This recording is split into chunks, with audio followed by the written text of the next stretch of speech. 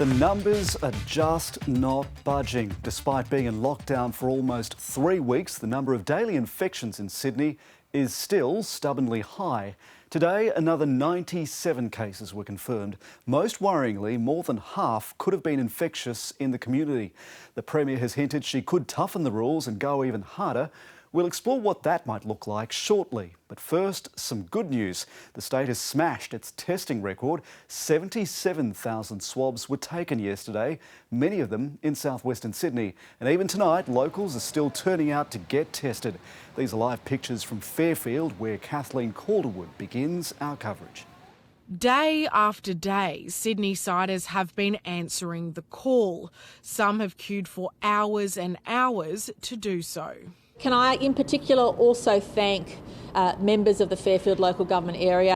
Whether the appeal is in English, Please come and do the test. or other languages like Assyrian, Please كمدي يمسوتوا هيو the test. the message is sinking in. Initially, the testing rates were a little bit low. Over the past few days, there has been a surge in testing. So much so, a new record has been set, 77,000 tests in one day. But the results are worrying. Fairfield is still home to about 3/4 of new infections. We still have to maintain those testing rates.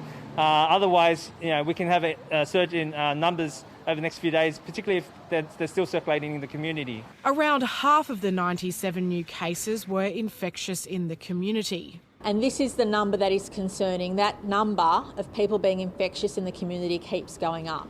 There's also concern about the spread of COVID in healthcare settings. A patient at Liverpool Hospital tested positive on Tuesday. Now a staff member has been infected. They also worked at Campbelltown Hospital. Colleagues have been forced into self-isolation. I am aware that there have been exposures in healthcare settings that have led to transmission, but our staff do wear PPE. Cleaners at Westmead Hospital say their PPE isn't enough. They're refusing to enter the COVID ward where a nurse tested positive. The cleaners are really scared. Some of these cleaners were not vaccinated and wanted to be vaccinated.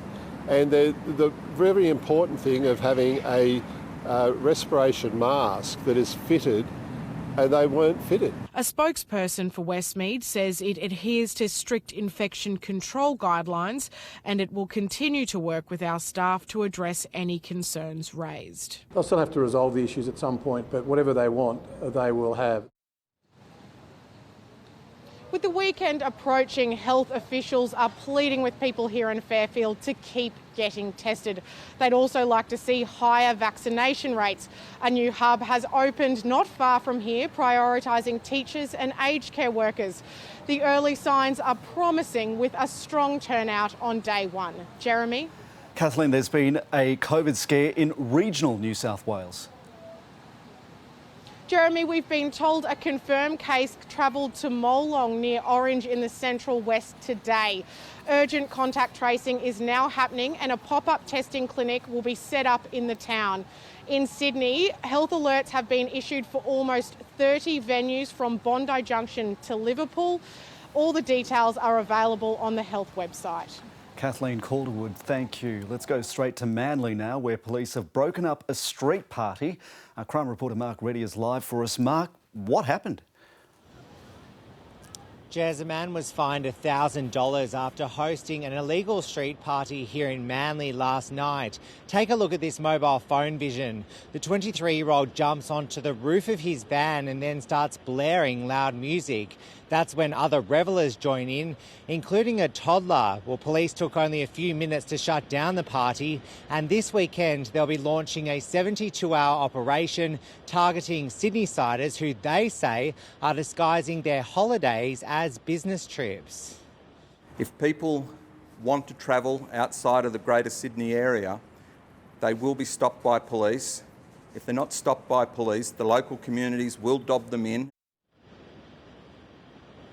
The Deputy Premier's daughter was also fined $1,000. Dominica Barilaro was caught travelling from Queanbeyan on the ACT border right through to Sydney and then returning home. The police say she was very apologetic and helpful with the investigation. John Barilaro, though, wouldn't make any public comment other than to say this is a private matter and it's not in the public interest. Jeremy? Mark Reddy reporting.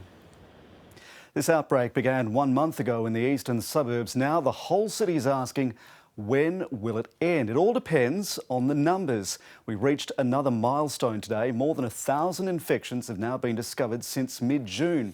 As you can see from the graph and the numbers, the lockdown prevented exponential growth, but with another 97 cases, it's clear the figures are not where they need to be. So some experts are arguing the rules are too relaxed and that something needs to change. An abandoned Sydney CBD.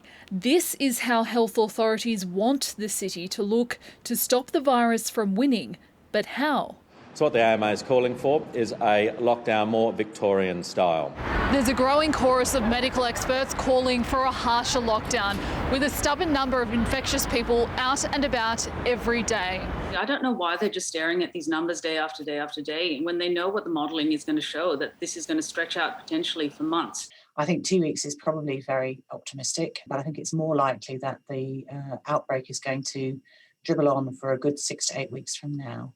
There have been hints that tougher rules could be on the way. My advice is that we need to do more to reduce that mobility. Suggestions too on what that might look like. We need to also support the communities of southwestern Sydney with targeted responses. If Dr Champ says to us there's further things we need to introduce to reduce mobility, of course we will do that. But making it impossible to plan for the future.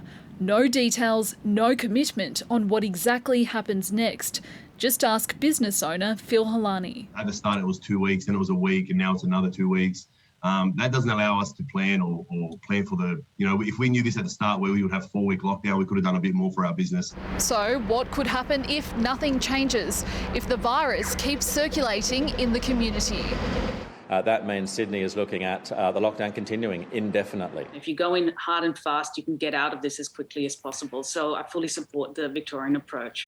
Decisions with serious consequences. Rani Hayman, ABC News, Sydney.